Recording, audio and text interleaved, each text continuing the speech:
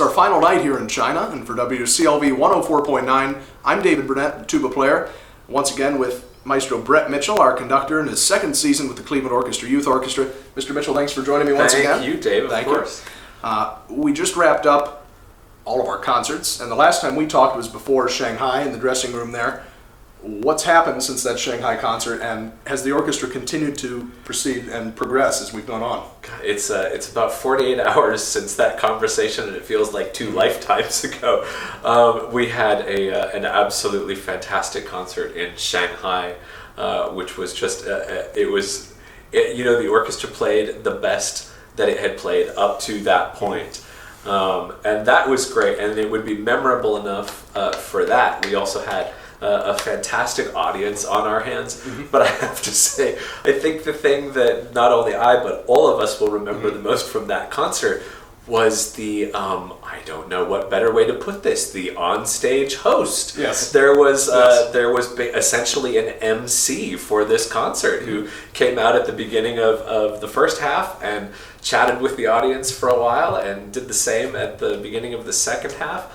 And actually came out after we had played our encore during the applause and essentially wrapped up the show. Yeah, but it was such a strange thing because I don't think any of us were expecting that. And as I said to a couple of you guys afterwards, I said, you'll never experience a more awkward moment in your life than when you are the one on stage who is in theory running the show and somebody else comes on stage with a microphone speaking a language you do not speak. I mean, it was a really, really fantastic performance, and that added to the fun of it. To the point where the orchestra and the audience got duped into thinking, here comes the conductor. The applause started, the shuffling from the orchestra. Right. And this random guy from Shanghai, we had no idea, was going to tell us things, including mumbling through in Chinese until we heard, quote, saxophone,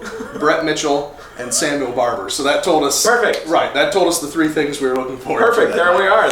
No, that's great. We had, the orchestra, from the musician's perspective, had somewhere along the lines of 5 to 6 hours of sightseeing every day, including Great Wall of China, all kinds of walking about, dealing with merchants and things like that. It's an energy drain. How does the orchestra, on days where it's sound check after sound check and concert after concert, how do they keep that energy, and how do they do now that you look back on the tour? Well, that's my responsibility at the end of the day, is as the leader of the group, the artistic leader. I did some of that sightseeing with you guys, but I laid back on some of those as well, partially to give you guys some breathing room. You don't need Dad breathing down your neck on every single sightseeing trip that you did. But also because I wanted to make sure that I was conserving my energy to make sure that, I'm twice your guys' age. Right. It takes a little more energy for me to do what we do than it does for you guys. But a lot of what it had to do with was the message that I shared with you guys at each of those sound checks in terms of keeping the energy where it needed to be, in terms of keeping the focus where it needed to be, in terms of remembering why we were here and why we were playing these concerts. And I tried, I think I mentioned in our interview backstage in Shanghai, I tried to remind everybody that not to think of our performance, let's say in Shanghai, not to think of that as performance number 3 out of 4 on the tour, but to think of it as performance number 1 out of 1 in Shanghai. We had one opportunity to play a concert in the biggest city in the world, and we had to focus on that. It's not, you and I are both sports fans, it's something that we've bonded over the last couple of years. It's not unlike a coach telling a team, whether we won last week or lost last week, it doesn't matter because it's last week. All that matters is the next game. All that matters is the game in front of us.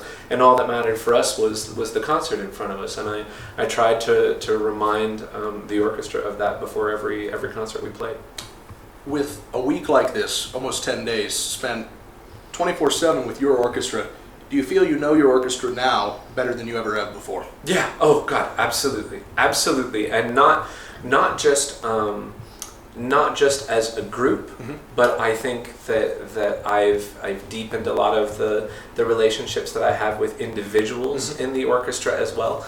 But I think that even more important to me than the interpersonal part of it, whether it's one-on-one or with the group, I think that the most important thing is that we know each other so well musically now that for our final performance last night in Ningbo, we were just so comfortable with the material. We had such a command of the material that we were really able to just kind of cut loose and just make music together. Not worry about notes and sharps and flats and fortes and accents and pianos and all the rest, because at the end of the day, it's like we've been playing some of this repertoire for almost 2 years. We know the material. So the challenge as we've gone on throughout the tour has been how far inside the material can we get? And so that, to me, that's when you really know an orchestra, when you've performed that repertoire so many times together and when you're all so confident with it,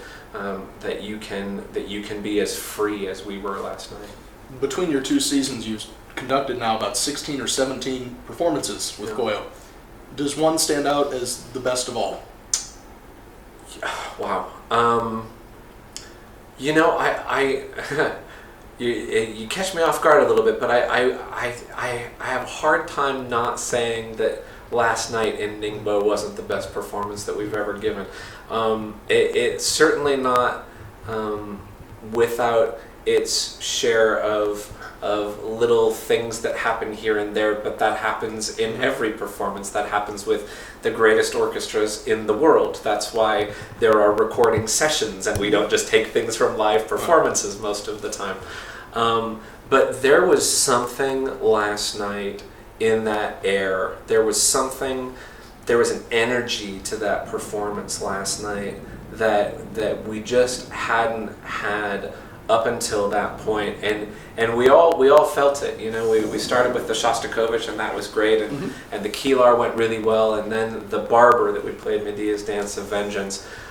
There was something really electric going on in that Barber, and that was a great way to finish the first half, and I'm sure we all felt going into halftime, as it were, that if my God, if we can keep that up, and if we can do that in the Tchaikovsky, then we're going to have an unbelievable performance on our hands. And sure enough, we did. So hard to tell whether it was the best performance that we've given together, or if it's just the most recent performance, and so it's the freshest in my mind. But boy, it was a really, really special performance. I'll say what I said to you guys at our farewell dinner this evening, which is that I've been on a lot of orchestra tours in my life. And what ordinarily happens in tours is you'll have nights that are better and nights that are not quite as good, and so the overall arc of the tour tends to kind of go up and down like that, and you hope to begin on a high note and end on a high note, and you really try for every performance, of course. But there was something about this tour where we started at such a high level in Beijing, and yet somehow we managed to have a trajectory which just went up and up and up and up, and it got better and better and better until last night in Ningbo. So it was really extraordinary. First trip to China for you, Yeah. Interacting with Chinese audiences, we saw all kinds, from Beijing with synchronized clapping and a small crowd going wild, to last night in Ningbo, which a decent crowd, which seemed to have half the audience sneezing or talking on their phones, to the point where you even had to put your arms down before the first 2 pieces. As an orchestra and a conductor, is it really possible to tune that out? And did Koyo do that? Yeah, we did. I'll say this. It's easier for me to tune it out than it is for you guys to tune it out, because I don't see them like you guys see them. We were chatting right before we started the interview, and you were mentioning a couple of the things that happened last night, and I had no idea about some of that, because I'm looking at you guys. You guys are looking out there. But what you eventually understand, and what I think Koyo has come to understand over this tour, is that every audience is different, and every audience is appreciative in their own way, and they express that appreciation in their own way. It's kind of like like as you get older, you start to learn that not everybody expresses their love for you in the same way, right? Some people are much more about physical affection, and some people are about giving of their time. Some people are about generosity of a monetary kind or whatever. And so I don't view any of the audience responses as better or worse, only as different, you know, and obviously in a bigger city like a Shanghai or a Beijing or even a Tianjin, you just have audiences that go to more concerts than in a smaller city. I say smaller city because it's still a city of 8 million people, but they just don't go to quite as many concerts there. So you have to allow for an understanding of the fact that they just don't necessarily know, and I don't hold it against them at all. And in fact, they were quite appreciative, just in their own way. You completed your second of 4 seasons with the Cleveland Orchestra Youth Orchestra. Recently received a promotion, as the folks back home know, to associate conductor, since the great Yak Ling was the last person to hold that title. You look at your body of work with the Cleveland Orchestra Youth Orchestra. Is it halfway there, being there 2 or 4 years, or is there such a high turnover rate that you take what you get and you make the best of it each and every year? I think it's a little bit of both, you know. I mean, certainly last season, my first season with the orchestra, it was really about us getting to know each other. I mean, you know, the orchestra had been with my predecessor, James Feddick, for 4 seasons. And it's, you know, that anytime you have a change in leadership, it takes a while for the orchestra to get used to the new leadership, and it takes a while for the new leader to get used to the orchestra. And so then, you know, over this past season, I really feel like we've grown much closer together, and we understand each other musically so well. I don't know that I would say that we're halfway there, because as you alluded to, there's so much turnover in a youth orchestra setting versus like the Cleveland Orchestra, where you may have, you know, 4 or 5 new people every season. But with the Cleveland Orchestra Youth Orchestra, out of 100 people, you've got anywhere from, you know, 35 to 40 to 45 new people every single season. Because once the seniors graduate, the seniors have graduated, and that's it. So what that really means is that the current sophomores and juniors, they're the ones that have to help me keep that standard up. For future seasons when we have new younger musicians that are coming in. So I don't know that we're halfway there. I think every season is a season unto itself. But you certainly do you do get to develop these relationships, and for the folks that are staying with us next season and even the season beyond that, we can carry on that tradition, and we can keep improving from season to season.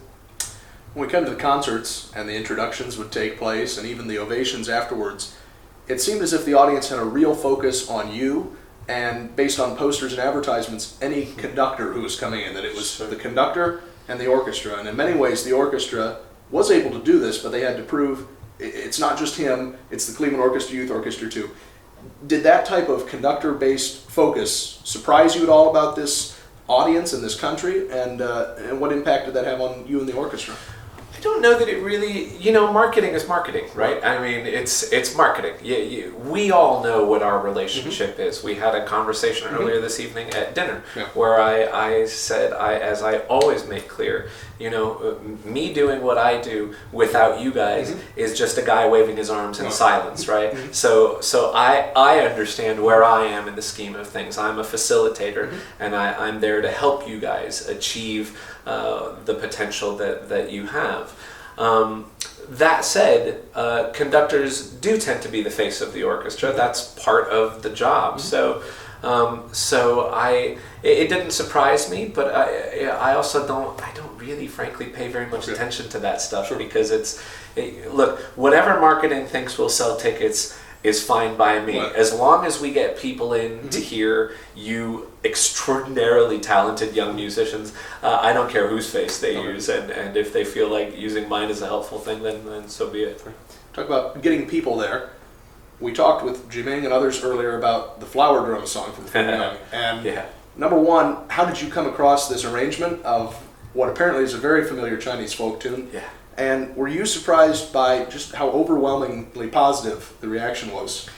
I'll tell you actually how that came about. We had gone back and forth about a few different pieces for the tour program, and we went through a few different versions of the program before we arrived at the 4 pieces that we were going to play.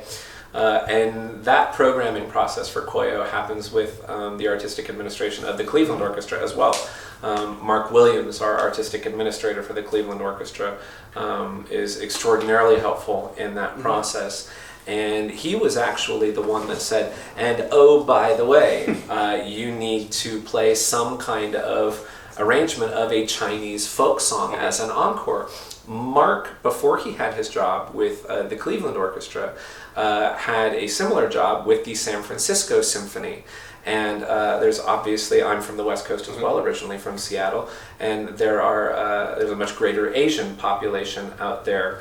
And so the San Francisco Symphony, while Mark was there, actually commissioned these pieces for, I believe it was for a Chinese New Year's celebration concert. And he said, we commissioned these pieces, you should check them out and see if any of them strike your fancy. And so we ordered the scores and the recordings, and they came, and I fell in love with it instantaneously. And so we chose it. As for the reaction of the audience, the reaction was exactly what I hoped it would be, and didn't know if it would pan out to be. But I mean, it was great. It starts with these 5 bars of kind of musical chaos, and people kind of are like, I don't know what that is.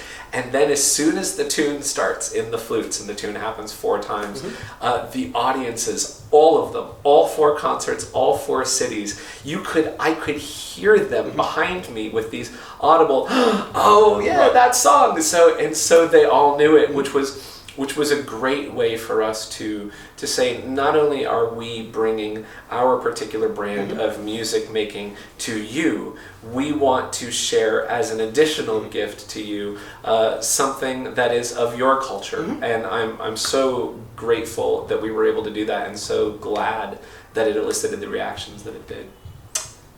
Cleveland Orchestra Youth Orchestra has been led by so many different conductors now, most recently James Fedek, now you. It's had guest conductors, Christoph von Dohnanyi, Franz Welser-Most, Alan Gilbert, Yak Yao Ling, the list goes on and on and on. It has seen tours that have really shook the community as far as its Europe tour and its Boston trip. Is this China tour the single greatest accomplishment in the Cleveland Orchestra Youth Orchestra's now 30-year history? Oh, I don't know. I think all of those things are extraordinary things, and I think that it really behooves us as an institution to look at this tour as a great achievement and a crowning achievement. But I think that the way that you achieve success and the way that you sustain success, because it's not just about getting to a point, it's about getting there and staying there and revisiting that success over and over and over again.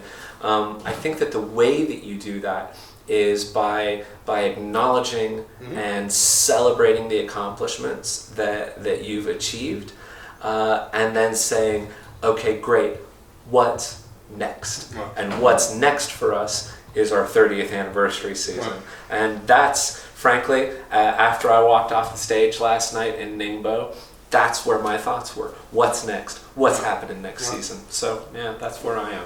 You mentioned the 30th season. You've got a lot of musicians coming back. A lot of them want to know what they're playing next year. How long do they have to wait to find out? I think we're probably in, I'd say about a month away before we can share all that repertoire. Excellent. Yeah. Well, on behalf of WCLV 104.9 Cleveland, Jiming Tang, Serena Shepard, and myself, David Burnett, I'd like to thank Mr. Mitchell and the entire Cleveland Orchestra Youth Orchestra and Cleveland Orchestra administration and staff for allowing us to cover this tour, as well as WCLV 104.9. It's been a real pleasure, and we hope the folks back home in Cleveland have gotten some enjoyment out of our coverage. Mr. Mitchell, thanks again. Thanks, Dave. Thank you.